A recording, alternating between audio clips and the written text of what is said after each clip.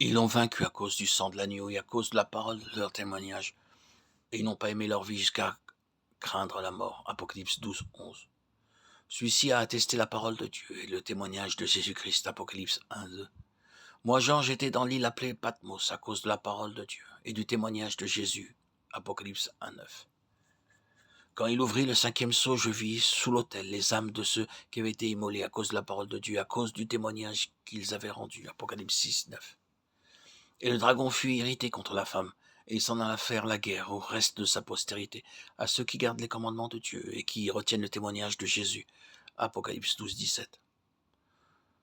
Je tombai à ses pieds pour l'adorer, mais il me dit, garde-toi de le faire. Je suis ton compagnon de service, et celui de tes frères qui ont le témoignage de Jésus. Adore Dieu, car le témoignage de Jésus est l'esprit de la prophétie. Apocalypse 19, 10. Il y a 3 aspects à considérer en relation avec le vainqueur. L'un est une condition, un état, l'autre une position, et le troisième, un témoignage. La condition ou l'état est celui de la justice, qui est par la foi en Jésus-Christ. La justice représentée par le sang, la vie et la nature incorruptible du Seigneur Jésus-Christ, qui sont notés par la foi. Un état essentiel pour vaincre le méchant sous toutes ses formes et dans toutes ses œuvres.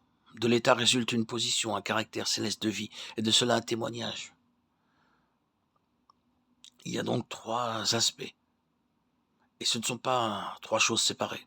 Aucune d'entre elles ne peut être obtenue sans les autres.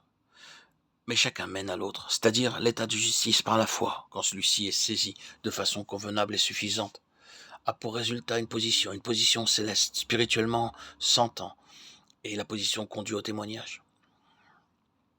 Considérons ces choses dans l'ordre inverse. Le témoignage est là essentiellement en vertu d'une position, et la position en vertu d'une condition. Il est très important de voir pleinement dans nos cœurs la signification de cela. Le témoignage de Jésus n'est pas une affirmation de la vérité, ni simplement une proclamation de faits, de certaines vérités concernant le Seigneur Jésus, sa personne et son œuvre. Il peut être exprimé par des mots, il peut contenir ses faits, il peut être quelque chose proclamé verbalement, mais le témoignage de Jésus n'est pas simplement cela. Ce n'est pas une formule, une confession de foi symbolisée par des mots. Le témoignage de Jésus qui provoque le grand dragon rouge et l'amène à se déployer sous toutes les formes de son activité comme cela est exposé. Le serpent ancien appelé le diable et Satan, celui qui séduit toute la terre, l'accusateur des frères. Ces titres représentent l'activité multiple du dragon féroce dans son antagonisme. Le témoignage de Jésus qui le provoque et l'amène dans cet état et cette attitude dans lesquels nous le voyons dans Apocalypse 12, je le répète, n'est pas un témoignage de mots purs et simples. Ce n'est rien de moins que l'incarnation même de tous ces faits de façon vivante et spirituelle, qui s'accompagne d'un effet aussi terrible dans le domaine où Satan tient les rênes. C'est l'efficacité spirituelle des choses qui détermine si nous sommes en présence du véritable témoignage de Jésus ou s'il s'agit seulement de simples déclarations de la vérité. L'effet que cela produit sur l'ennemi est toujours un indicatif tout à fait sûr pour juger s'il s'agit du vrai témoignage ou non. C'est une affaire de fait ou de faits comme étant une réalité intérieure dans une personne ou dans une compagnie du peuple du Seigneur. C'est la chose qui est corroborée, non celle qu'ils prononcent, professent ou proclament, mais celle qui est corroborée par leur existence même. Ils sont cela. C'est là le témoignage de Jésus. C'est parce qu'il en est ainsi que dans ces premiers chapitres du livre de l'Apocalypse où le Seigneur, victorieux et vivant, est en confrontation avec les églises à propos de leur témoignage, beaucoup de choses recommandables mentionnées sont cependant considérées comme inadéquates. À certains égards, il n'y avait dans ces manquements aucun abandon de la vérité en tant qu'exposé de doctrine. Il n'y avait aucun éloignement de la confession de foi, il y avait toujours une prise de position avec ténacité quant aux faits concernant le Seigneur Jésus.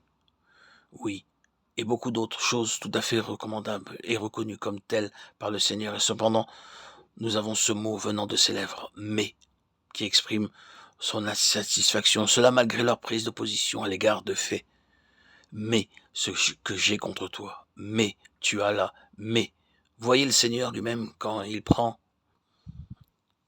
en considération l'objet même pour lequel son Église existe, ne peut jamais être satisfait par l'exposé de doctrine, le plus orthodoxe et le mieux fondé qui soit.